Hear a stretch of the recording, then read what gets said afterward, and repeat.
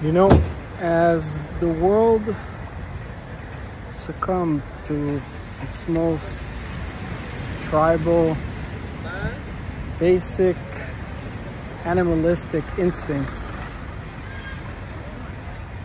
with the rise of white supremacists and anti-Semitism and Islamophobia and hatred towards white people, and our division as human beings into these different groups, Russians versus Ukrainians, Jews versus Muslims, Israelis versus Palestinians. It always reminds me of the time that I arrived in New York, maybe 2 weeks after I arrived to the city, and I went to hear a lecture at the NYU University, and after it there was a networking event, and so I started chatting with some people who seemed to also be interested in tech and investments, and I met this young couple, and we started engaging in a very interesting conversation. And then I asked them, hey, where are you from? And they told me that they're from Iran.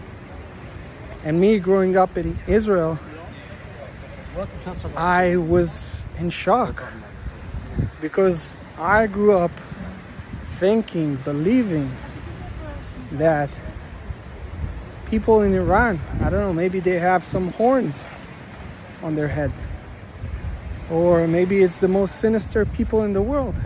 But all of a sudden I see a young couple around my age, interested in the things that I'm interested in, and it wasn't like that. And it took me years to slowly, let go of all the things that I was indoctrinated as a kid, and start seeing people as merely people. There are good people and there are bad people. There are people I like and there are people I dislike. And it could be Jews. I have people who Jews, Israelis, I wouldn't want to spend 1 minute next to them. And I have Muslim friends who I love and cherish and adore, and I just want to hang out with them. But at times like this, when there are evil forces out and they're rising their ugly heads, their objective and their goal is to do just that, to divide us, to split us into different groups, for it to be us versus them. And the people who benefit the most from it aren't just these people, but the people who are in control over the entire world, over the entire market, over the entire economy.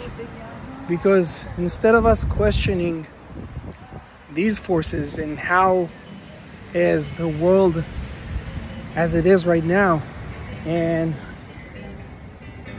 there's so much shit going on behind the scene where people aren't even aware of. And of course during C-19 we saw it, I think,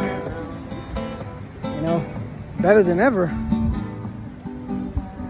We just focus on this hatred towards one another. And I don't know, I talk to service business owners on a daily basis. I have in my program, I have Muslims, I have Christians, I have Jewish, I have Israelis, I have Moroccans, I have Jordanese, Syrian. I have people from all walks of life. And I don't know, I feel like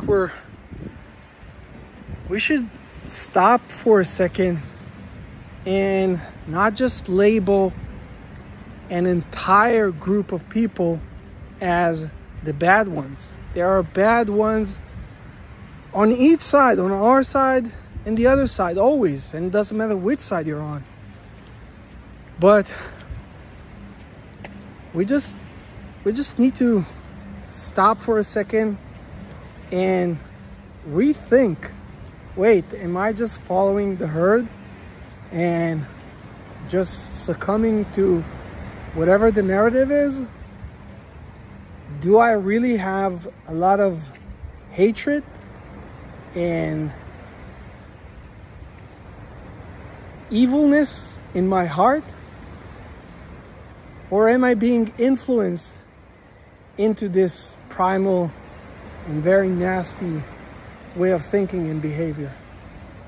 And I feel like if many of us would stop for a second, rethink about the connections that you have you had your entire life, especially if you left the place that you grew up in, which is crucial for your growth as an individual, as a human being, that you don't just stay where you grew up in. Leave it. Get off your comfort zone. Interact. Meet other people. All of a sudden you'll come sooner or later, I believe, to these conclusions that I have. So these are just my thoughts, this Friday afternoon, one day after my mom went back to Israel and we just had to go into shelter, and just watching this whole devastation that's going on, this hatred between these two groups of human beings. And I don't know, man, I feel like there's got to be a different way. Shabbat Shalom.